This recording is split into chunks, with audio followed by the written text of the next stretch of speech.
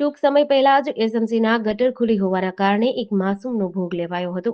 પરંતુ અમદાવાદના સાબરમતી વિસ્તારમાં આવેલ ગાંધીવાસ નંબર 2 માં આવેલ વણઝારાની ચાલીમાં પણ આવી જ કોઈ ઘટના બનવાની રાહ જોવાઈ રહી હોય તેવું લાગી રહ્યું છે.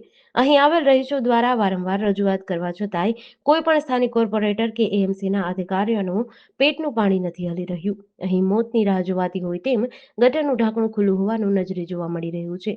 સ્થાનિકો મુજબ થોડા દિવસ અગાઉ જ એક બાળક આ ગટરમાં ગરકાવ થતા બચ્યું હતું. વારંવાર અનેક રજૂઆતો કરવા છતાંય એએમસી કર્મીઓ માત્ર આવીને જોઈ જાય છે. સતત આવતા પાણીના લીધે ગંદકીમાં સ્થાનિકોને ચાલવું પણ અઘરું બની રહ્યું છે. વિસ્તારના કોર્પોરેટરોને જાણ કરવા છતાંય હજુ સુધી કોઈ કાર્યવાહી કરાઈ નથી. મત માંગવા માટે હાથ નમીને આવતા આ જનતાના પ્રતિનિધિઓ માટે રહીશો ફિટકાર અને રોષ ઠાલવી રહ્યા છે. ઉપરાંત રહીશો મુજબ 300 થી 400 ફૂટ પાણીની પાઇપ નાખી પીવાનું પાણી ભરવામાં આવી રહ્યું છે, જેના તેઓ 700 રૂપિયા મહિના દીઠ ચૂકવી રહ્યા છે તેવું રહીશોમાં ચર્ચાઈ રહ્યું છે. શું આ અમદાવાદનો વિકાસ છે? શું કોઈના જીવનો ભોગ લેવાશે ત્યારે તંત્ર અને સત્તાધીશો જાગશે? શું કોઈ ગટરમાં ગરકાવ થવાની એએમસી રાહ જોઈ રહ્યું છે? શું અમદાવાદમાં પણ સુરતવાળી થાય તેની ઘડીઓ ગણાઈ રહી છે? ક્યારે આ તંત્ર જાગશે તેવા વિવિધ સવાલો ઉદ્ભવી રહ્યા છે. છનાભાઈ રતુભાઈ ચાવડા, સાબરમતી ગાંધીવાસ નંબર 2 માંથી બોલું છું. બરાબર, અમારે ગટરની સમસ્યા છે.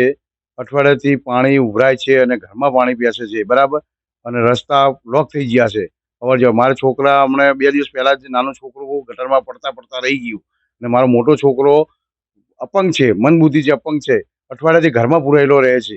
બરાબર, પાણીની સમસ્યા છે. અમે રજૂઆત કરી છતાં અમને કોઈ જવાબ મળતો નથી. આઈને જોઈને જતા રહે છે, કોઈ જવાબ આપતા નથી. ઉપર અહીં બિલ્ડર બાજુમાં કામ ચાલે છે, એ પણ કોઈ જવાબ અમને આપતા નથી. આઈને જોઈ અને જતા રહે. રસ્તા ચારે બાજુ લોક થઈ ગયા છે સાહેબ. અમારે ઘરની બહાર નીકળવું કેવી રીતે? બરાબર, અઠવાડિયાથી સમસ્યા છે. અમારા ઘરમાં છે પાણી ભરાય છે, એટલું ગંદુ ગટરનું પાણી આવે છે સાહેબ. બોલો, આનું કોઈ નિકાલ કરતા નથી. તો અમારે આની કોઈ સમસ્યા ઉકેલ લાવે એવું કરો. ગાંધીવાસ નંબર 2, ઠાકોરવાસ, પંજાબીની ચાલી, વણઝારાની ચાલી. જમનાબેન છનાભાઈ બોલું છું. અમારા ગાંધીવાસ 2 માં ગટર ઉભરાય નકરું નરક ઉભરાય છે. અમારા નાના નાના છોકરા છે, એક મારો મન બુદ્ધિનો છોકરો છે. હેડવું ક્યાંય હોતું નથી. અમે ક્યાંથી નેડી? મારા છોકરા નાના નાના ગટરમાં પડી જાય. અમારે સાધન લઈને હાલવું મેલું છે, ત્યાં જાવું. ચૂંટણીવાળા વોટિંગ લેવું હોય ત્યારે રિક્ષા લઈને લેવા આવે. ઘરે ગટર ઉભરાય ત્યારે કોઈ જોવા નથી આવતું, તો ક્યાં જવું? અમારે એક ઘરમાં પડતા પડતા રહી ગયા, આડા પતરા નાખી દીધા. અમારે પાણી તલાઈ જેમ ભરાય છે, ઘરમાં પાણી આવ્યું. અમારે કોઈ જવાબ આવતું નહીં. જોઈ જોઈને જતા રહે, જોઈ જોઈને જતા રહે, પણ અમુક કરવા આવતું નથી. જેડીસી ન્યૂઝ સાથે સંજીવ રાજપૂત, અમદાવાદ.